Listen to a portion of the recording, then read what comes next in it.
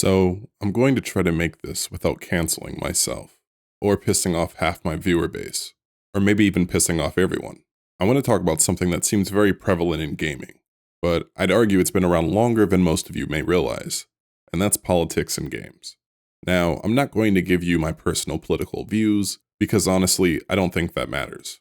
I'm sure some of my views may shine through by the way how I talk about some of these games, but I honestly try not to beat people over the head with my personal philosophy. I feel like I may be a bit more qualified to discuss this than the average YouTuber, because I actually hold a degree in political science, worked in the political world for quite a few years, and I've met many political figures that some of you may hate or even love. None of this is to brag. Honestly, I don't really care for politicians themselves, and my focus has always been more on political philosophy rather than policy. But I thought I should at least give you my qualifications before I begin. So, politics in games has been around since Pong. See, the ball represents the proletariat, and the paddles are the bourgeoisie, and the goal is to keep the proletariat in bounds for as long as possible. I'm playing. I definitely don't have that view that everything is political, but almost every game with a story is shaped by our politics and culture. Prime example is the original Donkey Kong. In this game, you play as a man rescuing a woman from a giant monster. This trope has been done a million times before, and plays off the cultural norm that men are warriors/heroes, and that women must be protected or rescued. This idea can result in some negative assumptions and mind states created in our culture. For example, since women must be protected or rescued, then that must mean that they are weaker or less intelligent than men, making them overall inferior. Since men have to save women, they are seen as smarter, braver, and stronger. However, there is also a negative side for men here as well. Since most monsters are nothing more than metaphors for outsiders, it also means that certain men can be presumed to be monsters or animalistic, basically stating that there is a fine line between a man and a beast. Now, I'm not saying that anyone who enjoys these games must believe this, or even that believing one sex is inherently stronger than the other makes you a bad person. I'm just pointing out the political subtext of the trope to show you that politics can exist even in the most unapparent situations. On the other end of the spectrum, you have a game that is overtly political, and essentially tries to use controversy to garner attention. That game is Custer's Revenge. I will not be showing gameplay of this game, because of its offensive nature and YouTube's restrictions. The premise of the game is you play as General Custer, and the goal is to avoid arrows so you can make it to the end of the screen to rape a Native American woman. So I know everyone here must see how obviously offensive this game truly is. If I have to spell it out for you, please just turn off my video now, as you are no longer an honest broker who wants to actually engage in true conversation. So some of you may be asking, how is this political? Well, outside of rape being used as a tool to exert power and control over someone, the meaning of bodily autonomy, and the subhuman treatment of Native Americans, there is a direct statement being made with this game. Honestly, you only need to look at the title of the game to determine that General Custer apparently lost the battle and is seeking revenge. How does he gain his revenge? Well, by raping a woman. So, historically speaking, who was General Custer? He was a Civil War era general who would go on to fight in the Great Sioux War in 1876, and he would be killed in combat in the Battle of Little Bighorn. So, as you can see, an American general who was then killed in action in a fight against Native Americans, who then comes back from the dead and seeks his revenge by raping a Native American woman. It's not just sick and disgusting, but also highly political. Then we have our war games like Medal of Honor, Call of Duty, Ghost Recon, and so on. Now, in most of these games, you're playing from a Western perspective, which in itself is very political, and the politics are obvious. The West in these games are almost always portrayed as the heroes. For my American audience, could you imagine a Pearl Harbor game where you play as the Japanese? The majority of people from the West would see this as playing as the enemy, and maybe even find the game offensive. But on the other hand, I'm sure the people from opposing countries that play these war games probably feel a similar way. One of my favorite war-based shooters is actually a fictional take, but still very political, Freedom Fighters. The game is obviously anti-communist. In the game, the Soviet Union has invaded the United States. So it's up to you to recruit soldiers, to start a second American Revolution and overthrow the Soviets. Stop it! Sergey gave me that that stuff! This is obviously painting the communist Soviet system as something bad, while the American Democratic Republic system is good. So we can see that politics is rather prevalent in multiple games that we play. So where's the issue? I think the disconnect rises when the politics in the game touches on things that are seen as culture war topics, rather than some of the larger themes such as war or political philosophies. Especially when the gamer perceives that the developer is actually lecturing them, or even worse, shoehorning a social issue in a space of a game where it doesn't really fit, or even worse, taking a topic that is considered controversial to one group and making it front and center in your game, and asserting your political stance.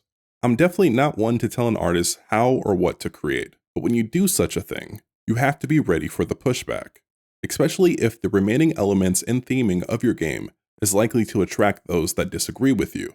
People who take issues with pronouns and LGBT theming are going to be much less likely to complain about a gay dating simulator, rather than a mainstream shooter with a trans character. I say make the game that you want, but just know your audience, and be prepared for the pushback. I think the issue arises when a game attracts individuals along all sides of the political spectrum. We all have our own sets of beliefs and values, and I'm sure most of you know Americans are all over the political spectrum.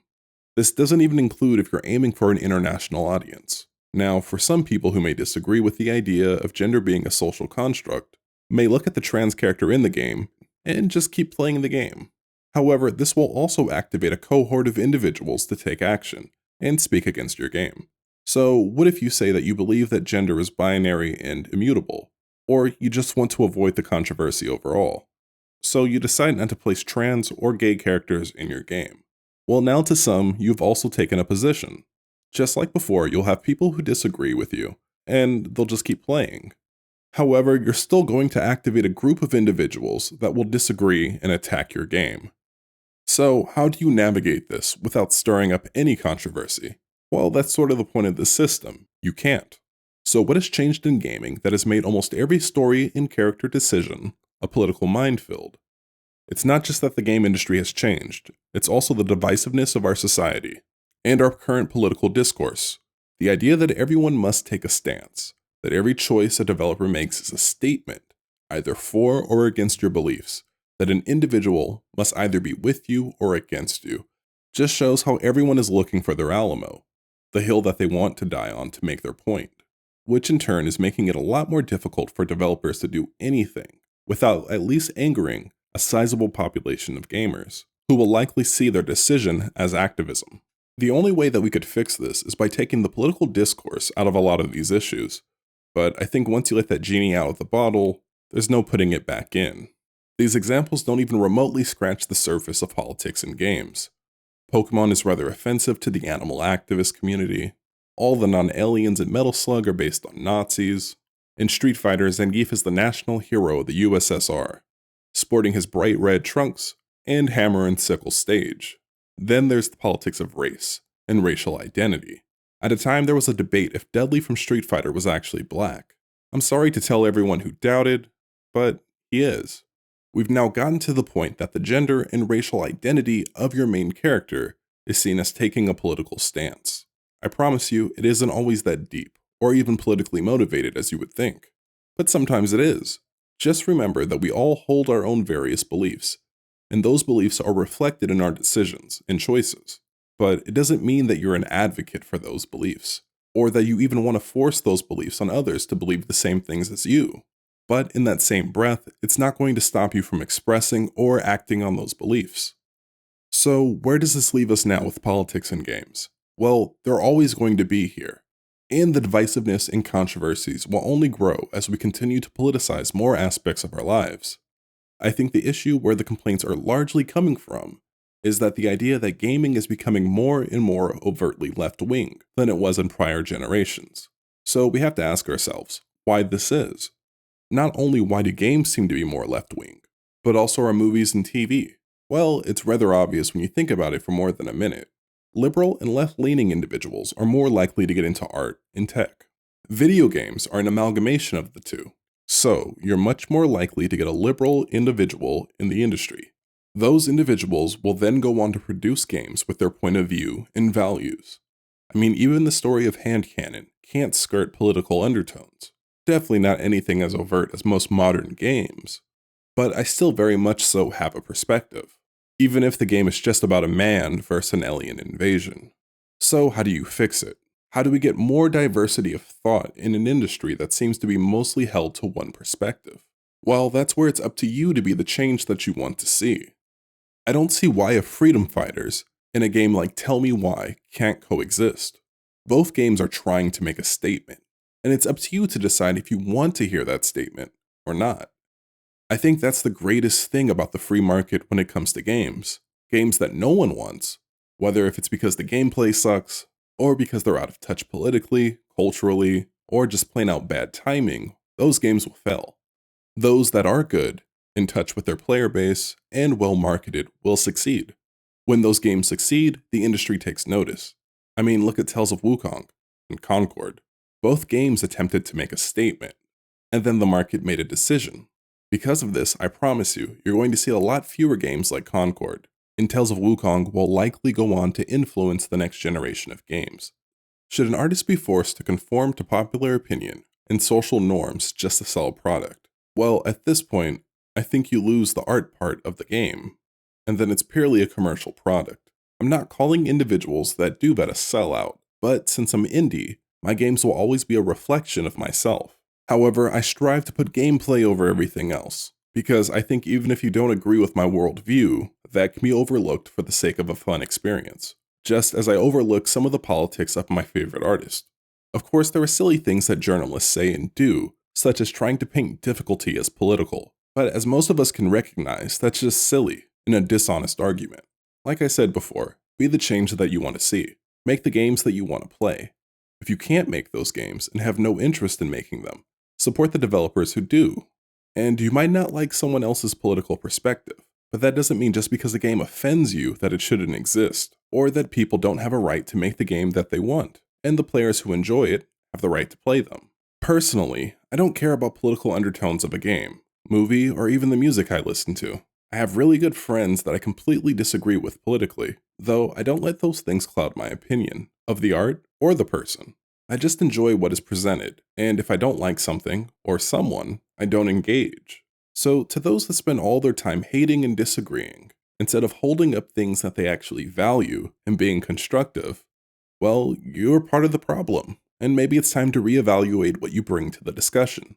As the saying goes, you catch a lot more flies with honey rather than shit. So, to everyone out there, maybe it's time to start producing things that take a bit more time and effort, and even a bit of love and teamwork, like honey, rather than just shitting.